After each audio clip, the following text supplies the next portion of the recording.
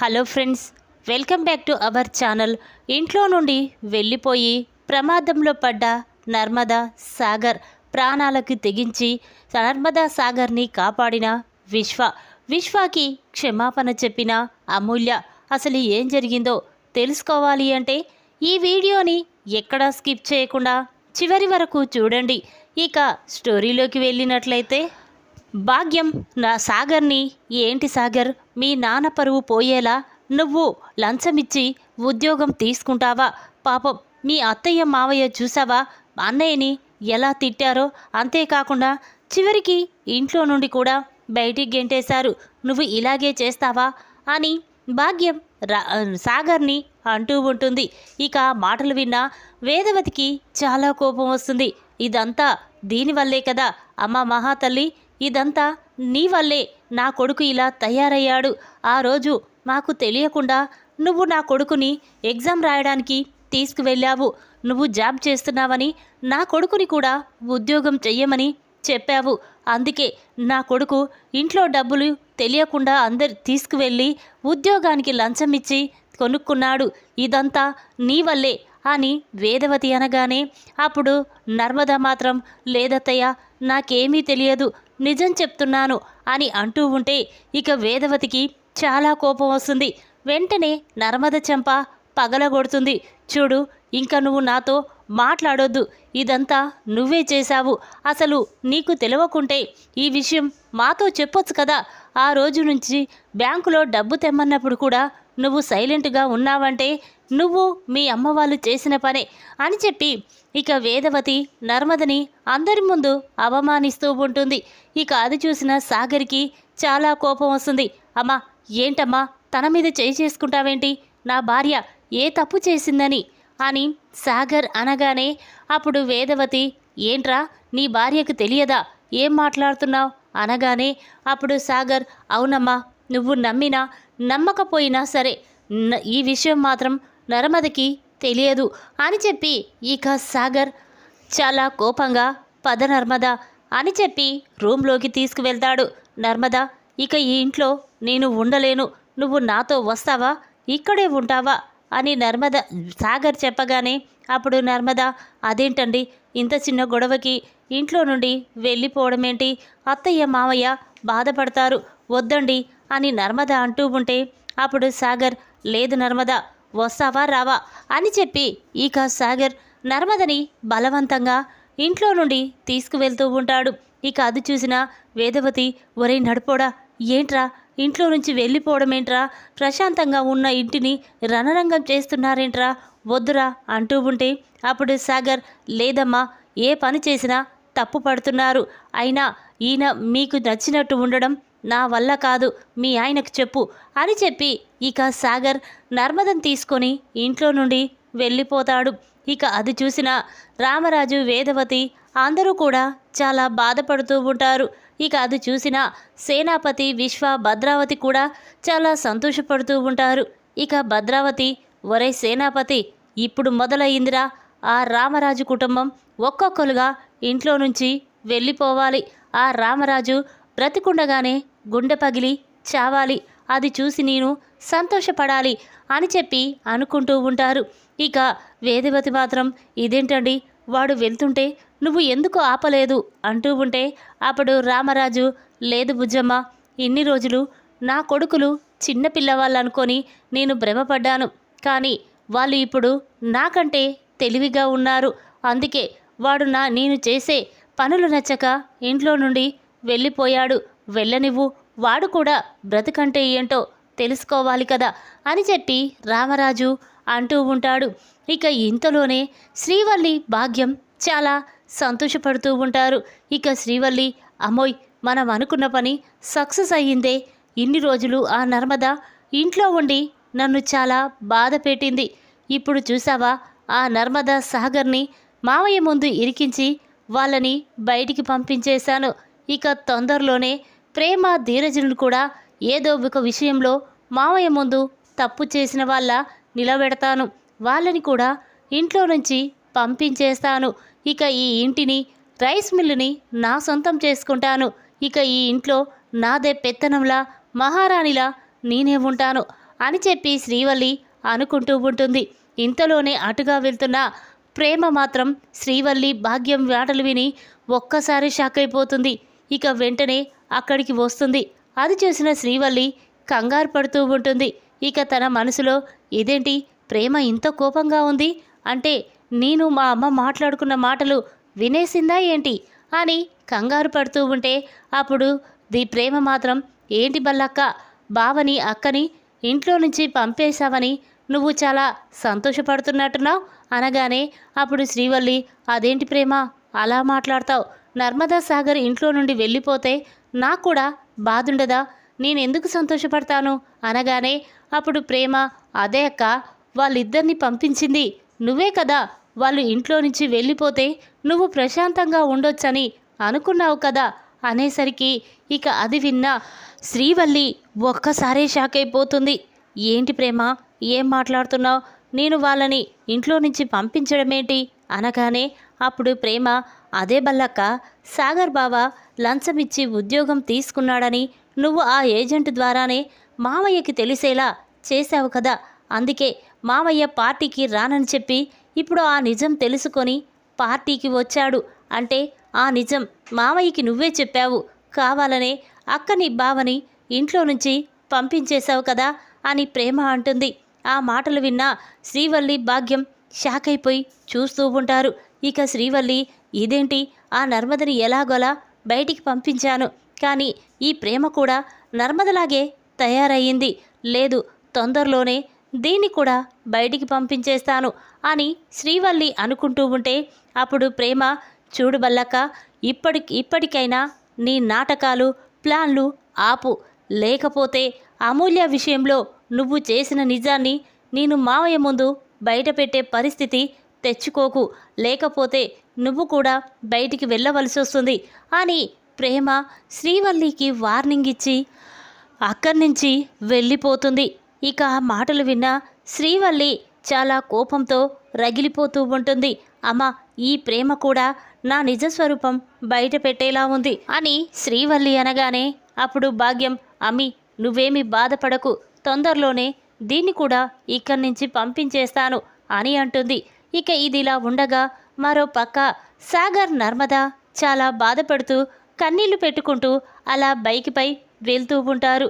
ఇక సాగర్ మాత్రం రామరాజు వేదవతి మాటలే ఆలోచిస్తూ ఉంటాడు.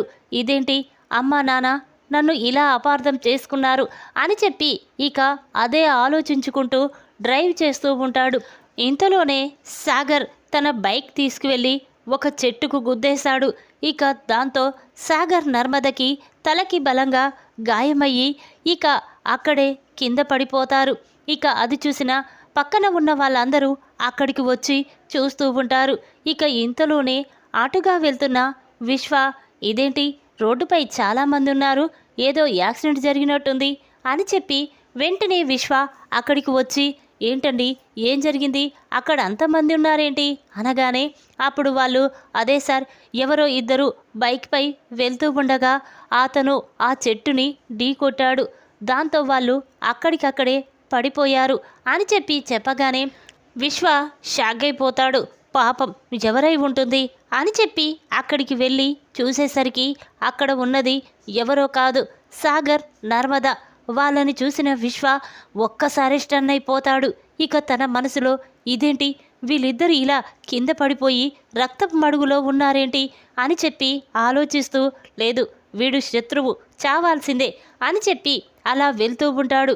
ఇక విశ్వాకి వెంటనే సాగర్ గుర్తుకు వచ్చి లేదు ఎంత కాదనుకున్నా వాడు నా మేనత్త కొడుకు, వాడు ప్రాణాలు పోతూ ఉంటే నేను ఇలా వెళ్ళిపోతాను అని చెప్పి వెంటనే విశ్వ వెనక్కి తిరిగి వచ్చి సాగర్ నర్మదా లేండమ్మా అని అంటూ ఉంటే ఇక విశ్వ ఎంత పిలిచినా పలకకపోవడంతో ఇక విశ్వ వెంటనే అక్కడ ఉన్న వాళ్ళ సహాయంతో హాస్పిటల్కి తీసుకువెళ్తాడు.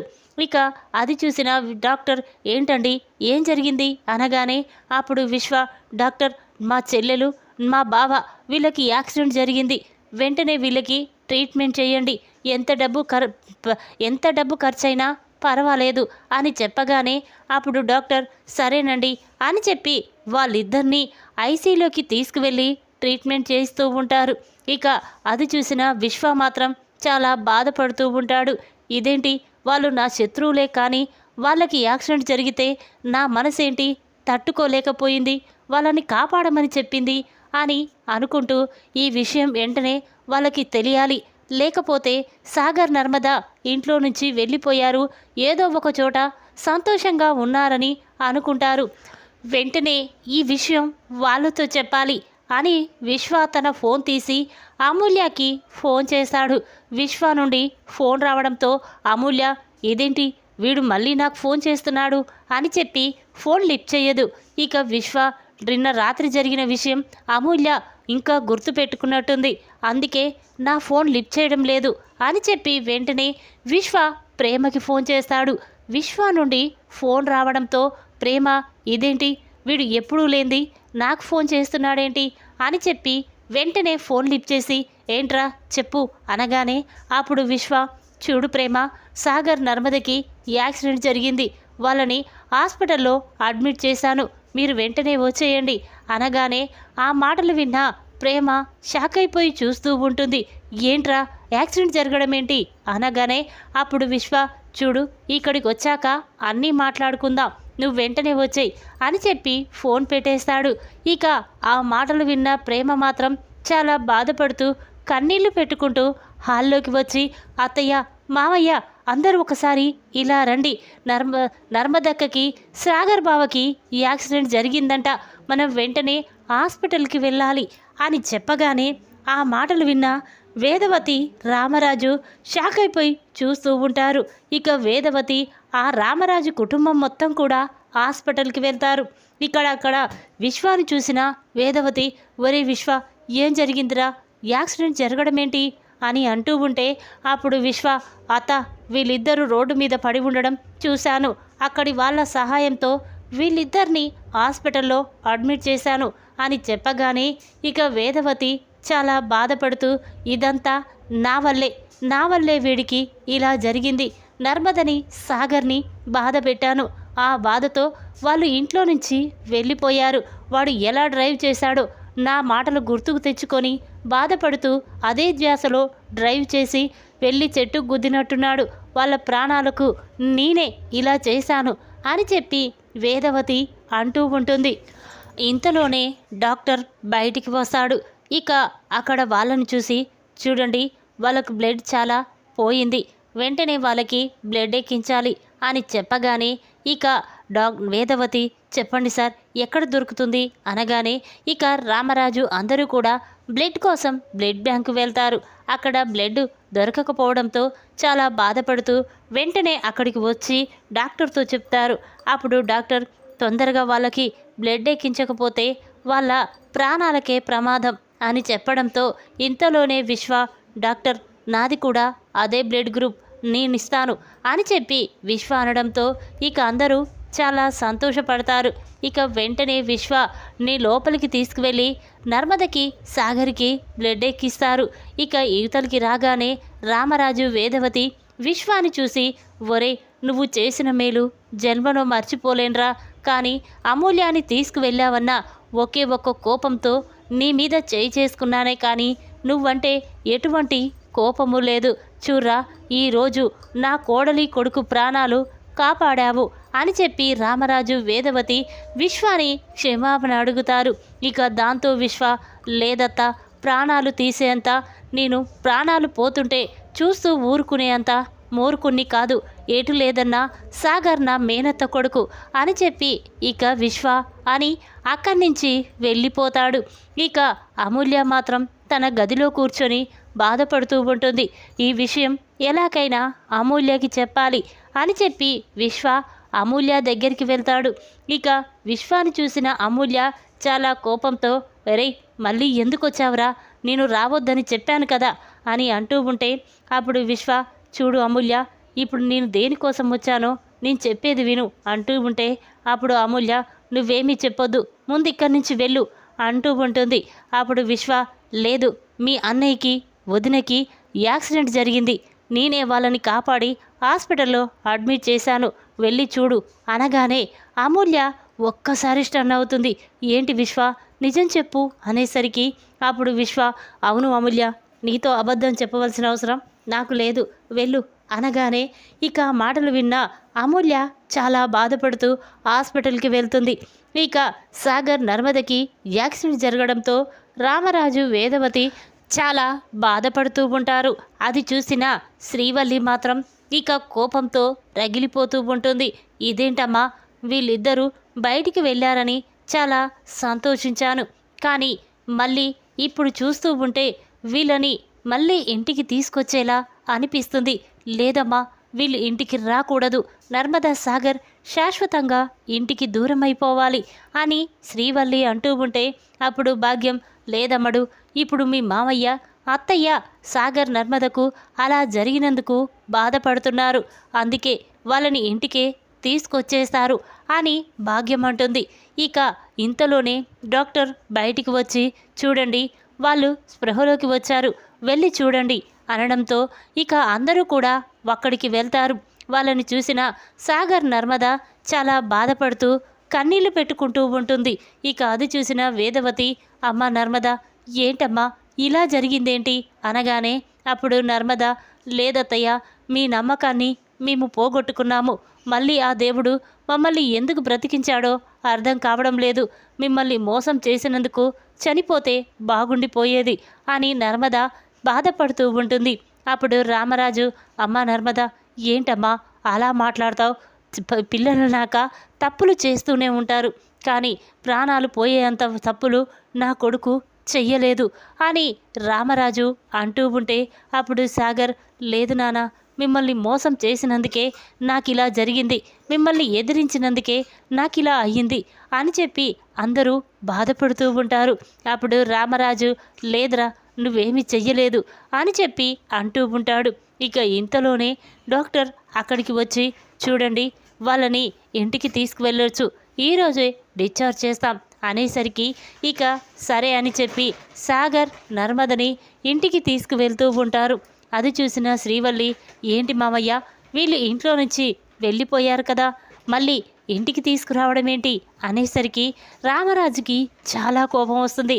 శ్రీవల్లి, ఎప్పుడు ఏం మాట్లాడాలో కూడా అర్థం కావడం లేదా, ఇక నుంచి వెళ్ళు అని రామరాజు వార్నింగ్ ఇవ్వడంతో ఇక శ్రీవల్లి చాలా కోపంతో, వీళ్ళకి యాక్సిడెంట్ జరిగినప్పుడు చనిపోతే అయిపోయేది, ఇప్పుడు మళ్ళీ ఇంటికి తిరిగి వస్తున్నారు, ఇక నర్మద నా గురించి ఏదో క్షణం మామయ్యకి చెప్తుంది, ఎందుకంటే సాగర్ ఉద్యోగం గురించి నేను బయట పెట్టాను కాబట్టి ఇక నర్మద నా గురించి మామయ్య ముందు నిజాన్ని బయట పెడుతుంది అని శ్రీవల్లి చాలా కంగారు పడుతూ ఉంటుంది. ఇక రామరాజు వేదవతి సాగర్ని తీసుకొని ఇంటికి వస్తారు. ఈ విధంగా ఇంట్లో నుండి వెళ్ళిపోయి ప్రమాదంలో పడ్డ నర్మదా సాగర్ ప్రాణాలకు తెగించి కాపాడిన విశ్వ, ఇక నర్మదా సాగర్ని ఇంటికి తీసుకువచ్చిన రామరాజు. ఈ వీడియో కనుక మీకు నచ్చినట్లయితే లైక్ చేయండి. మరిన్ని వీడియోల కోసం మా ఛానల్ని తప్పకుండా సబ్స్క్రైబ్ చేసుకోండి. Thanks for watching.